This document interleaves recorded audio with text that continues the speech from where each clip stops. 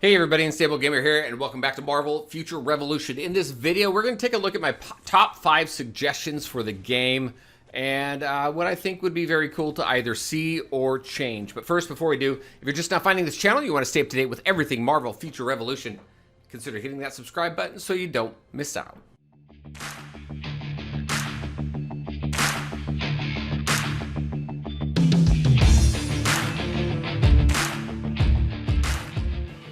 All right, and welcome back. All right, so let's just talk about, wow, that went fast, didn't it? Let's talk about a few things that I feel that would be really cool to see in this game as far as some updates and some suggestions that I have.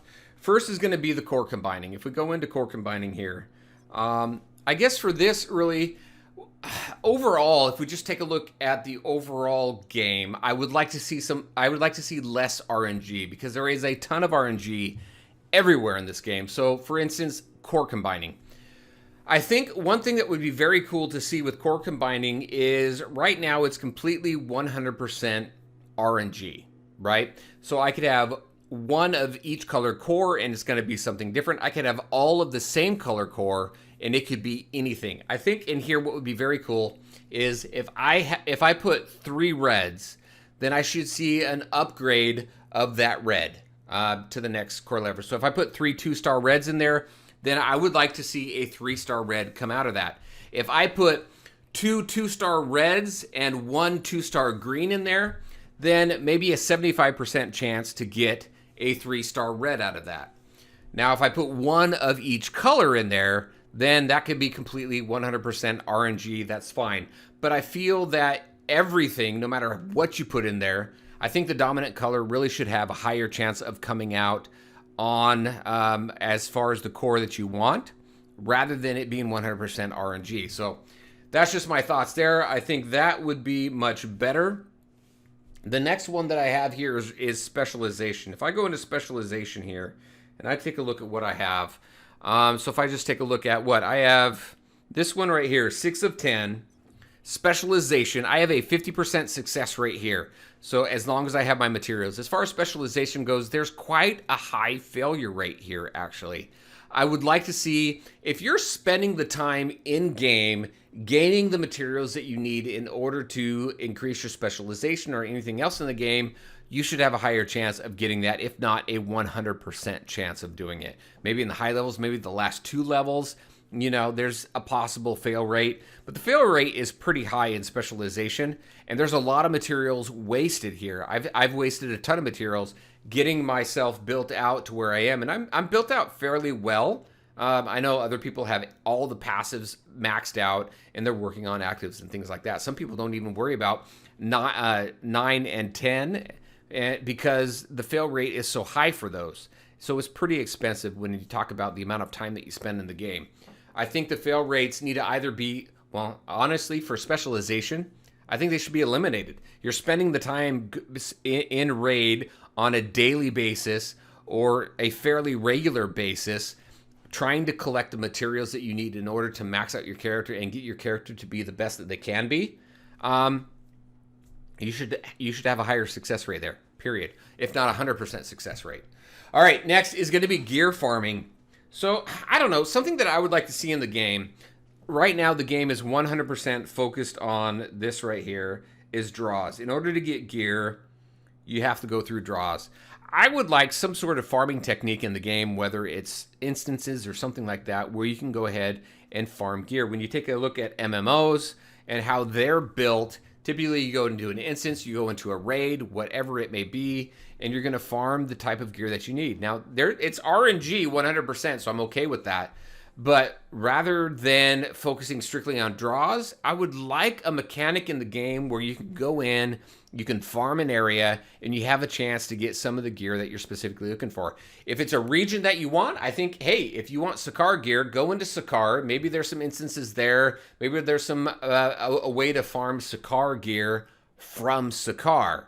I think that would be very cool. Other than right now, you can finish the missions, the main missions in each region, and you get the headpiece as you finish those different areas. However, being able to farm some of those other ones, you're strictly focused on having to get those through draw. I don't mind RNG if I have to go into Sakaar region or if I have to go into New Stark City region and farm the gear through there. But at least it's another option, you know? All right, so next, instanced dungeons. So I think this game is really set up to take advantage of instance dungeons. So by that, I mean, if you just take a look at blitzes. Blitzes are instance dungeons. You go in there with the team, you work your way through to the boss, and you're good. I think, like, just if we take a look at the Green Goblin event recently, I think the Green Goblin would be cool actually coming up for the holiday events. I don't know what they have planned for that, but instead of him popping up all over the place and you having to keep an eye on that, maybe there's a specific region that you have to go into, and there's a dungeon that you have to go into, and you work your way through it. Much more detailed than a typical blitz. But you go in there, you work your way through the boss. Maybe you work through a couple different bosses all the way to the end, and then you get your reward from there. I think instance dungeons, I think there's a huge opportunity for that in this kind of game. I think that would also really help kind of liven the game up a little bit as well. So I think that would be a lot of fun. And then finally, I think what would be very cool, and I did give this as a suggestion, but having some sort of roadmap. I know there's a lot of questions as far as what kind of content's coming up.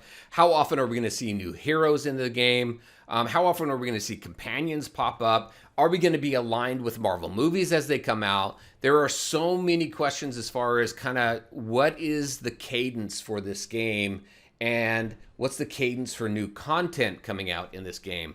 I think if the developers provided a roadmap, even if it's just 6 months out, and even if it's high level, just say, hey, you know what? We have a new hero that we're going to have come out in April. Don't need to say who the new hero is. Just, hey, we have a new hero coming out in April, or between April and May, or something like that. Or, hey, here are some game modes that we're expected to see in the game within the next 6 months. If it doesn't happen, at least there's some communication there saying, hey, this is what we're looking at. If something happens and it pushes it out, the communication back and forth, I think, is key, especially when it comes to a brand new game, or any game, really. It doesn't even need to be a brand new game. Just building that excitement for what's coming, I think, would be absolutely fantastic here. So that's what I had. Really quick video. Those are my top 5 suggestions for this game. What I would love to see to really help build excitement and really the staying power in the end game. I think instance dungeons in here, a little bit more complicated than Blitz. Maybe even some specific battle mechanics or puzzles that you have to figure out, I think would really help in this game as well. Very curious. What do you think? What are your suggestions that you have for this game? What would you like to see? And what do you think about the suggestions that I made? All right, everybody, that is what I had for you. As always, I want to thank you all for taking the time to watch the video. If you liked it, make sure to hit that like button and share your thoughts and questions in the comment section below. Take care, everybody, and we'll talk to you next time.